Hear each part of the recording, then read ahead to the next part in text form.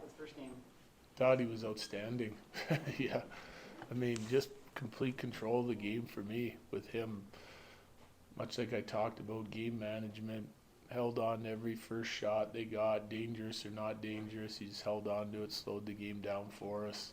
Um, yeah, we gave up. I mean, the first period was sort of brutal hockey. I felt like from both teams, low event. Didn't seem like there was lots going on. He made the saves he needed to make. I think they probably had a couple better chances than we had, but start of the second period when we were having those breakdowns, he was huge.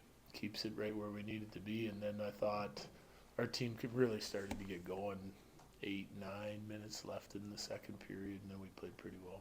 Is there anything unique about his height that makes things different? His height? Yeah. Yeah, everything. Yeah. When a 6'4" goalie goes into a butterfly, you're trying to shoot at this. When a 5'10" goalie goes into a butterfly, you've got that. That's what makes it unique. So you goalies, same skill level, bigger, smaller, you're taking the bigger goalie 100 times out of 100. Is there anything weird or different to you about just the way he's built? He seems to be a bigger goalie. Just Yeah, he's a big man, you know. The thing is, it's not just his size. Obviously he's got great ability and moves really well in the net. And tonight he managed the game perfectly. Do you see a difference in maybe the confidence level of the guys playing in front of him right now? I don't know. It's one game. Yeah, I wasn't in love with our game. Like, it wasn't a masterpiece, but we played well enough to get the 2 points, especially the way he played. He was a big part of it. Does the fact that him and Scott have, and this is the third different team that they played on over the course of like 7 or 8 years, does that matter at all to you guys? Like that they have a kind of a long-standing relationship?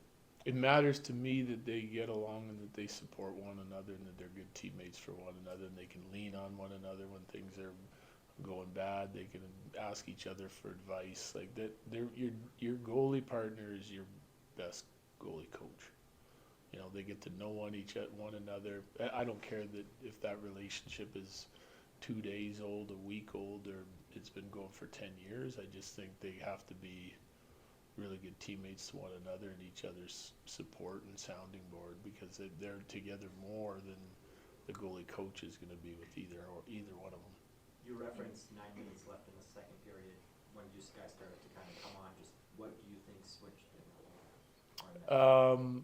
Well, we got more tenacious and relentless on our puck pressure. Kind of simplified it a little bit more, and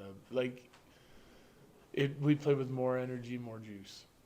You know, like we didn't change anything. We reinforced some things, like in a couple timeouts after the first period. But I'm not making excuses for our team. I didn't love the game. I thought we were going to be much better than what we were. But I did talk to a handful of guys, and they're just not feeling well. You know, OC was puking after the first period, and he played a hell of a game.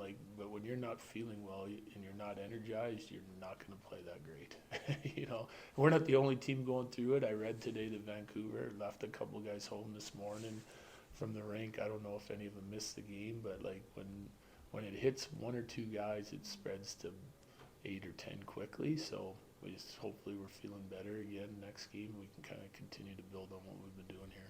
With that said, I spoke with Colton and asked him kind of the same thing, that the team, you guys, you know, obviously the energy and whatever's going through the room, but what does it mean for them, that work ethic, to find that energy and dig deep to? Yeah, well, I mean, we were hoping it was going to come because we just didn't have it early, and part of it is like when you're like, part of it's mental too, like the execution for our team to start. Like I thought our D had a rough first period.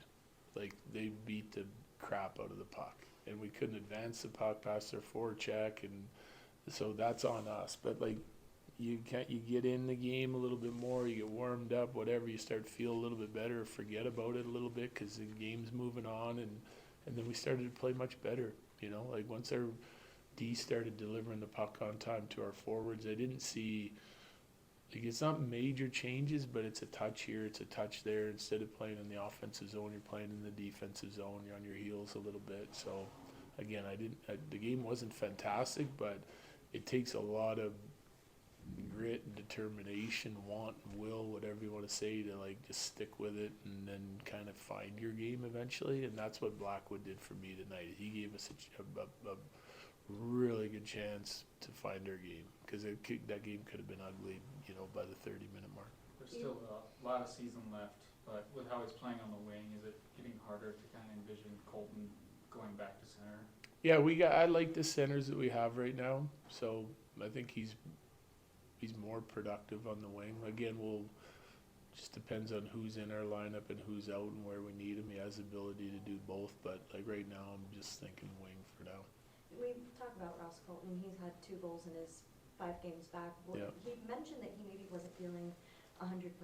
Yeah, he didn't look like he had a bunch of energy tonight, compared to like even the first game he got back.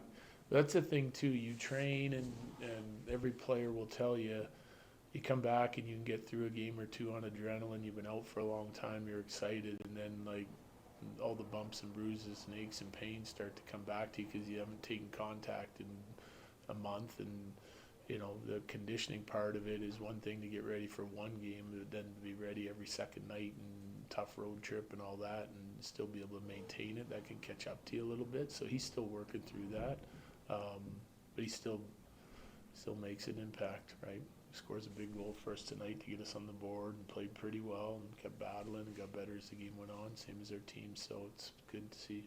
Last few ones with heck of a pass from Casey on that goal.